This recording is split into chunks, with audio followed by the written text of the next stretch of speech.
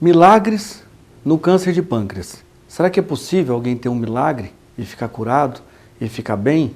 E o que é um milagre? Como que é feito esse milagre? Eu sou o Dr. Cleuber, sou médico, sou especialista em oncologia e cirurgia. E você está aqui no Universo Oncologia, o canal no YouTube. O câncer de pâncreas talvez seja o mais letal dos tumores malignos. Realmente é muito agressivo. Então, ter a notícia que tem um tumor maligno de câncer de pâncreas realmente é muito difícil para quem recebe. Não há dúvidas disso. Só que todo mundo sempre procura uma saída, porque a gente tem o espírito, o instinto de sobrevivência. Então eu vou contar aqui as histórias que eu vivi e que eu relatei e que são realmente verdadeiras. Uma delas, a última história, não vai ser bem de câncer de pâncreas, mas vai ser uma doença relacionada ao pâncreas. Como eu já falei, o câncer de pâncreas ele é bem agressivo e os procedimentos a serem realizados no pâncreas, eles são procedimentos complexos, são cirurgias complexas. Tem uma cirurgia, da qual eu sou especialista, que chama cirurgia de Whipple, que é a retirada da cabeça do pâncreas, que é uma cirurgia muito complexa, ela se enquadra igual a um transplante hepático, vamos dizer assim, um transplante de fígado, do grau, do porte de complexidade que ela é. E tem alguns outros procedimentos. Então, as cirurgias são complexas, a doença é complexa e geralmente o paciente se apresenta debilitado. Quando eu cheguei em Passos, eu contei naquele outro vídeo, no Milagre Maior, como é que eu era antes. Eu era um médico, mas eu não tinha um exercício de fé dentro da igreja cristã igual eu tenho hoje, mas eu participava, eu era um pouco morno na fé. E quando eu cheguei em Passos, uma amiga minha, que eu operei, ela trouxe o irmão dela que era padre, e ele era padre lá no Vaticano, e ele era responsável pela área de milagres no Vaticano. E ele me trazia os casos. Ô doutor, e esse caso aqui, vamos avaliar? Eu avaliava, ele falava, isso aqui é milagre? Eu falei, padre, não é milagre, porque isso aqui não era neoplasia de pâncreas maligna, era um cisto de pâncreas.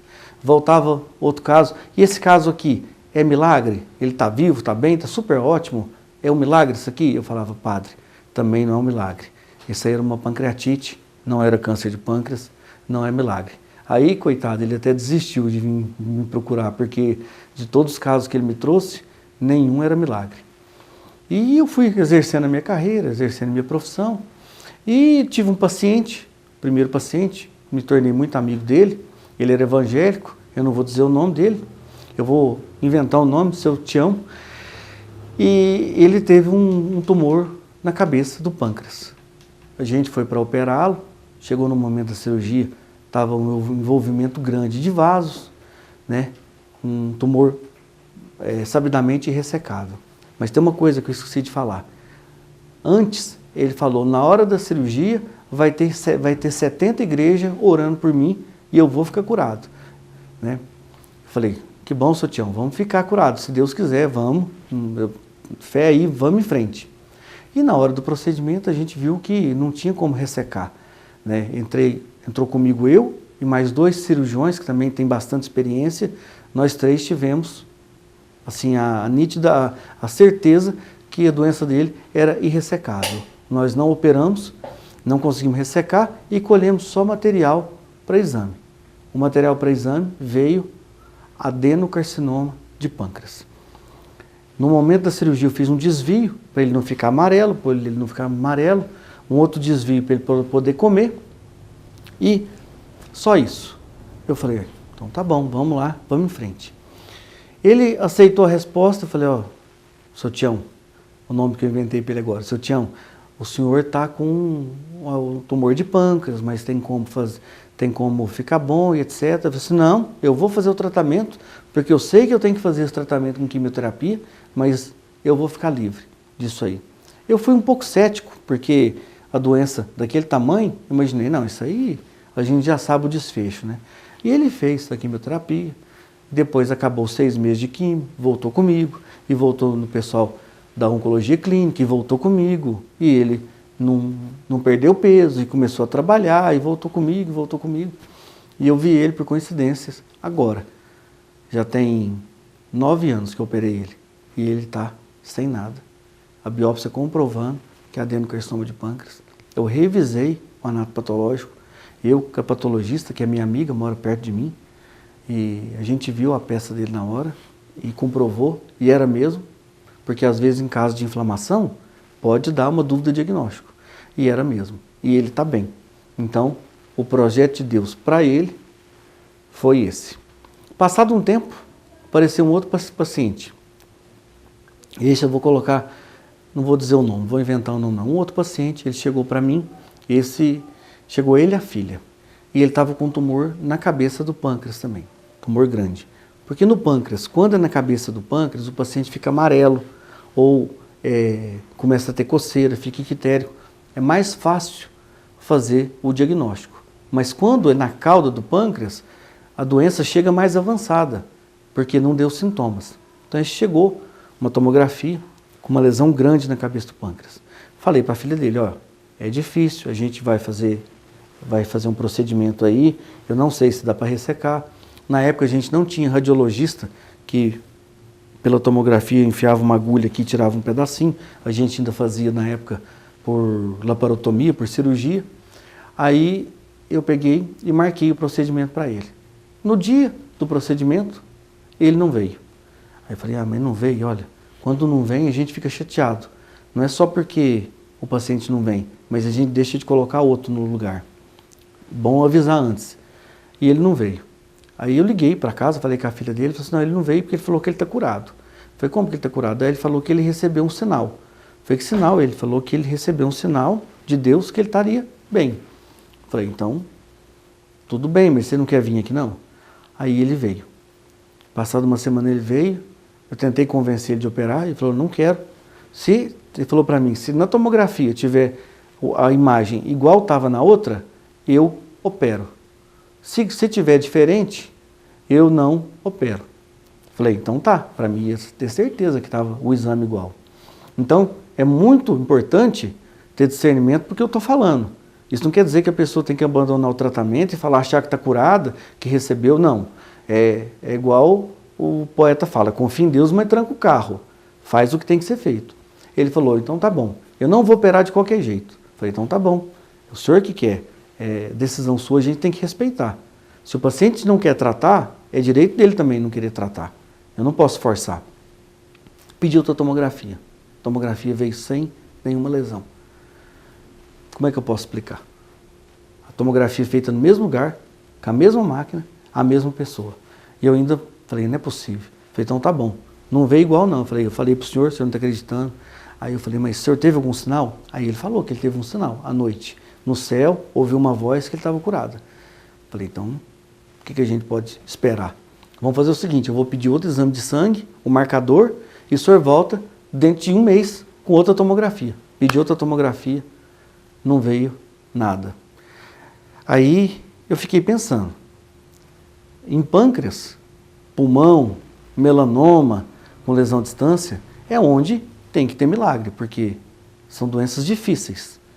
Eu aceitei aquilo, ele falou que não ia fazer mesmo, não ia operar, que já estava a prova lá e pronto, eu tive que acatar o que ele disse. E depois eu fui seguindo ele, a gente seguiu ele por 5 anos, ele parou de vir no hospital, a gente começou a seguir 6 em 6 meses, ele parou de vir e pronto. Passado um tempo, eu fiz uma cirurgia dessas aí, o Whipple, duodenopancreatectomia, numa senhora. E a cirurgia foi bem, foi sem nenhum problema, porque essa cirurgia sempre dá algum pepino, alguma fístula, alguma infecção, pneumonia, uma cirurgia pesada. E essa paciente, ela começou, depois de 11 dias, ela começou a ter piora. Aí eu falei para ela, eu vou inventar um nome, Dona Cida, o que está acontecendo com a senhora? Ela, não, doutor, não adianta você fazer nada aí, chegou minha hora. Falei que chegou a hora, a senhora vai de alta, nem não está na hora, você não na hora da alta não, a hora de eu ir embora, me deu até um arrepio, né? Porque a gente que é médico não gosta de perder paciente de jeito nenhum, a gente quer que todo mundo saia vivo do hospital. E toda vez que eu ia lá falar com ela, no outro dia eu fui falar de novo, ela, não doutor, já está chegando a minha hora. Falei, não dona Cida, para com isso, vamos em frente, olha suas filhas aí, elas ficam tudo aflitas com isso, e as filhas dela muito carinhosas com ela. Aí teve um dia que eu cheguei lá no quarto, era 2, 3 da tarde, quando eu cheguei ela assim, com a boca aberta, e fez isso, e fez isso. Aí eu falei, o que foi, dona Cida? O que está acontecendo com a senhora? Ela falou assim, recebi a Eucaristia. Aí, ela falou, recebeu a Eucaristia? Essa é a penúltima. Eu fiquei encafufado com aquilo lá. No outro dia, no mesmo horário, eu fui lá para falar com ela. A hora que eu fui lá para falar com ela, aconteceu a mesma coisa. Um residente meu tinha chegado um pouco antes de mim e disse que ela abriu a boca, olhou para cima, fechou os olhos, caiu na cama. Teve morte súbita. É um milagre para ela? É o que Deus estava reservado para ela. Então, essas coisas surpreendentes realmente acontecem. E o último caso que eu vou contar é um caso de uma paciente que ela não tinha câncer de pâncreas. Ela tinha uma doença, uma pancreatite crônica. Pancreatite crônica, o pâncreas é desse jeito. Aqui tem a cabeça, aqui tem o corpo, aqui tem a cauda e aqui tem o processo uncinado. A pancreatite crônica é uma dor muito forte que dá nos pacientes que têm essa patologia. E ela vinha sofrendo dessas dores, passando um monte de médico. E a cirurgia que tem que ser feita chama cirurgia de Frey. A gente faz um buraco aqui no pâncreas e joga uma alça de intestino aqui. Joga o intestino. Então o conteúdo pancreático cai para dentro do intestino e melhora a dor. E ela foi comigo, marcou comigo. É uma paciente jovem, tinha 2 filhas, uma filha pequena. Eu falei, então tá, vamos fazer a cirurgia, marquei. Marquei a cirurgia dela. Na hora que a gente foi operar, o pâncreas dela era muito fino. Não dava para fazer cirurgia de Frey.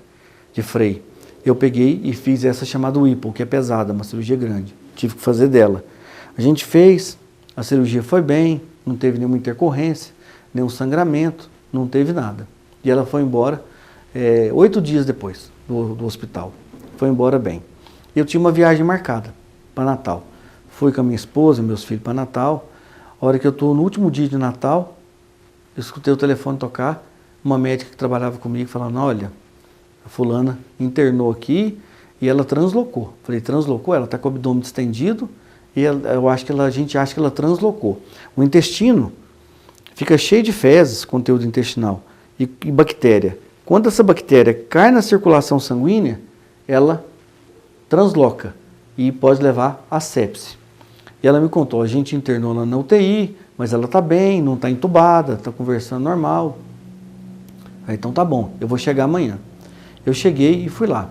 E ela na UTI, mas assim, o coração batendo rápido, taquicárdica que a gente fala, sem ter tubo, sem nada. E ela foi ficando lá na UTI, mas não ia progredindo. Não ia progredindo, não melhorava, não melhorava, não melhorava. A hora que ela estava 8 dias internada na UTI, não, 6 dias internada na UTI, ela teve hemorragia digestiva alta. Ela sangrou, ela vomitou sangue. Não, vomitou não, desculpa, ela perdeu sangue pelas fezes, mas muito sangue. A hemoglobina dela foi de 12 para 2. 2,5, mas era 2 e alguma coisa. Aí eu chamei o Daniel, que era endoscopista, falei, vamos fazer uma endoscopia, porque a gente vai onde é que está as anastomoses, as costuras, a gente vê se tem algo sangrando, e intervém com a endoscopia, põe um clipe lá, joga adrenalina, a gente fez endoscopia, nada, mas parou de sangrar. Passou 2 dias que ela teve isso, ela teve outro sangramento, ela perdeu por melena, por sangue nas fezes, ela perdeu muito sangue, e aí eu levei ela para fazer uma arteriografia. A gente fez uma arteriografia, o vascular, que é meu amigo, ele achou, acho que está sangrando aqui no colo direito, ela tinha uma má formação arteriovenosa. A gente ligou o contraste lá, passou o remedinho para fechar a saída do sangue e ela parou de sangrar. Passado um tempo, ela chegou uma tia para cuidar dela. A tia ficava de dia ou de noite e a mãe revezava com ela. E às vezes, o dia que ela estava com essa tia, ela ficava muito agitada. A gente chegou um dia, era numa quinta-feira, e eu falei, nossa, mas será que ela não vai melhorar, né? Porque ela começou a piorar, começou a infectar, infectou o catéter, aí teve pneumonia, e aí ela foi para o tubo, foi entubada. Eu fiquei preocupado. E eu ia viajar, eu ia para Franca, tinha um terço do Pedro Siqueira, eu queria assistir. E à noite eu sonhei com ela. Eu sonhei que ela estava numa maca e estava caindo água da maca. Aí eu cheguei, falei com o meu residente de cirurgia oncológica, o Vinícius, falei, aconteceu alguma coisa? Doutor, ela sangrou muito. Falei, não é possível. Falei, agora ela não escapa. Eu falei, tenho certeza que ela vai ficar bem. Aí ele brincou, doutor, só você que acha que ela vai ficar bem, porque ninguém acha que ela vai ficar bem. Eu falei, não, ela vai ficar bem. E nesse dia o mais desagradável foi que alguém passou um trote na casa dela e falaram que ela tinha morrido. Aí chegou a filha pequena, né, em prantos. Foi muito difícil esse dia. Mas eu falei para o chefe da UTI, que é meu amigo, falei, vamos tentar o máximo que der para ela. Ela, não vou trocar mais esse antibiótico, mas eu acho que é zero a chance. E ela realmente ficou muito grave, mas muito grave mesmo. Ela deu, a gente fez com ela aquilo que chama de aviso de grave, ou seja, quando não vai ter mais investimento, assim, se tiver investimento é aumentar o sofrimento. Aí eu fui no Pedro Siqueira, na hora do terço, e em Franca tem uma comunidade chamada, hoje tem um padre lá chamado Padre Dalmácio, e ele vinha com o Santíssimo Sacramento. E para a gente, Santíssimo Sacramento é Jesus que está ali, tipo, que estava ali. E nesse dia, uma tia minha de Uberlândia apareceu lá do meu lado. Eu falei, tia, mas você está aí, vamos arrumar um lugar. Aí minha outra prima estava na frente, ela chamou, e eu achei até bom, porque minha tia estava onde é que o Santíssimo ia passar. E ela saiu, ele passou. Aí eu falei, a hora que o Santíssimo passar, eu vou colocar a mão nele, né? E eu estava só pedindo para ela ficar boa. A hora que o Santíssimo passou, eu consegui colocar a mão nele. A hora que eu coloquei a mão nele, a Gilmara, minha amiga, ela brinca, fala que meu olho foi para trás. A Gilmara, ela sempre está perto desses acontecimentos aí comigo. A hora que eu coloquei a mão no Santíssimo, eu saí do corpo.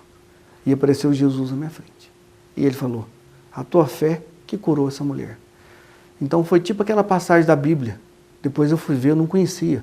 Que a mulher estava sangrando, ela põe a mão no fiapinho da roupa de Jesus e ela fica bem. E eu consegui ver perfeito. E o nariz dele é igualzinho ao nariz da mãe que eu vi na outra história que eu contei aqui. Um rosto sério, e ele falou com muita propriedade. Foi a tua fé que salvou essa mulher. Então a fé de todo mundo é o que importa. A fé de quem está doente, a fé de quem está ajudando, mas às vezes não é suficiente, porque realmente não é o nosso destino. Então, de câncer de pâncreas, essas eram as histórias que eu queria contar, que essas histórias sirvam de exemplo para quem está doente, para quem precisa de apoio, para quem precisa seguir um caminho, que sirva de exemplo e, vamos dizer assim, ânimo para isso. Então siga a gente aqui, se inscreva no Universo Oncologia, aperta o botãozinho, quando você se inscreve, esse vídeo chega a mais pessoas, você ajuda também a chegar esse conhecimento a mais pessoas. Até a próxima, fiquem com Deus.